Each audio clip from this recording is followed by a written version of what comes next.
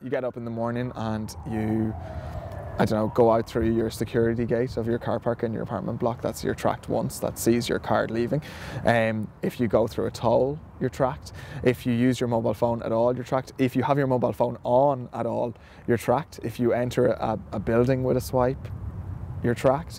If you take money out of the ATM, you're tracked. If you make any transaction, you're tracked. Surveillance, like everything else, is primarily another system designed to get some sort of profit out of something, you know, or to prove something, to find evidence, and generally it's to prove something bad. Information you divulge through social media, irrespective of how many assurances that the company makes you that your privacy is being maintained, you do surrender a degree of your ownership of that information.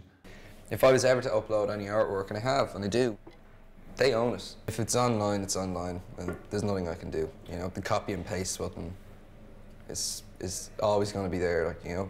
It wouldn't be entirely difficult to figure out who I am through my blog, because it's linked to my Facebook, it's linked through my Bebo site, it's linked through my Twitter account. It's like, and my name, I'm sure is available on at least one of those, if not all of them. A program installed on my blog called Analytics. It's manufactured by Google, and so I can see once a day. I can see how people have got to my blog, and then I would kind of, out of curiosity more so than anything else, I would see who these people are or where they're coming from. I think the really interesting thing is where they were before they came to your blog, because you can track. I think with Google Analytics, it can show you 3 sites previous to your site.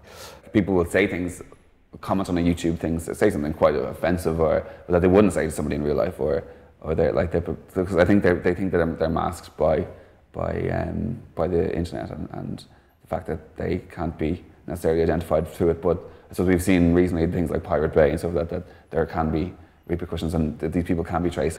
Every single product that you buy is tracked, and then they send you out vouchers for the ones that you don't buy, so you can't use them. But they know then from that information what way to place the products around the supermarket, so that the ones that aren't selling well can sell better. Last week, there was an offer in the newspaper, and you could get a free bagel from the bagel factory, provided you gave them your information. So all they wanted in exchange was your name, your address, your phone number, and your email address. So that's obviously been input into a database somewhere, and there was assurances that it wouldn't be shared by any other company, but that company has.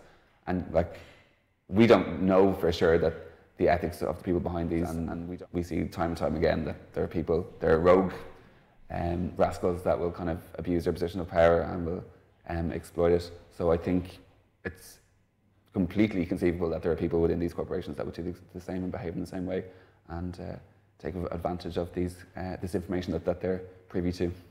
I don't know if you've seen, but Google recently introduced a type of labeling that basically tracks your general behavior online. You opt into it, so it's not freaky ass kind of surveillance. It'll assign you a category, whether you're a techie person who looks at techie blogs and that kind of thing, or if you're a music person who goes on MySpace and checks out Ticketmaster.ie and that kind of thing.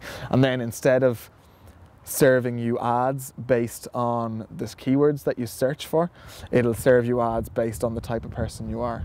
So you might open an email, and then on the sidebar they'll have plucked out keywords from within your email and recommend services to you. And obviously that's an automated system, but it means that there are people that have access to all that information, that there is somebody in the world that can access your email account.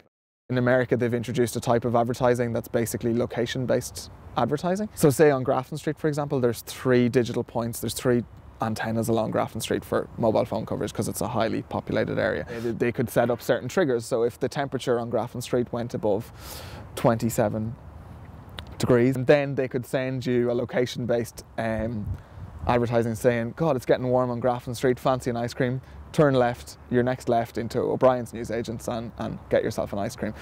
I think, to me, that's a little too far. I don't want my phone to think I want an ice cream before I think I want an ice cream. If somebody's being interrogated, the conversation is taped on a cassette tape, because lawyers and solicitors and stuff like that and barristers actually don't trust CDs, they don't trust digital technology. I think that's very fascinating. Will it be in the future digitally that we have an Egypt that's digital, you know, where somebody looks back and go, wow, look at the equivalent of the pyramids might be, wow, look at YouTube.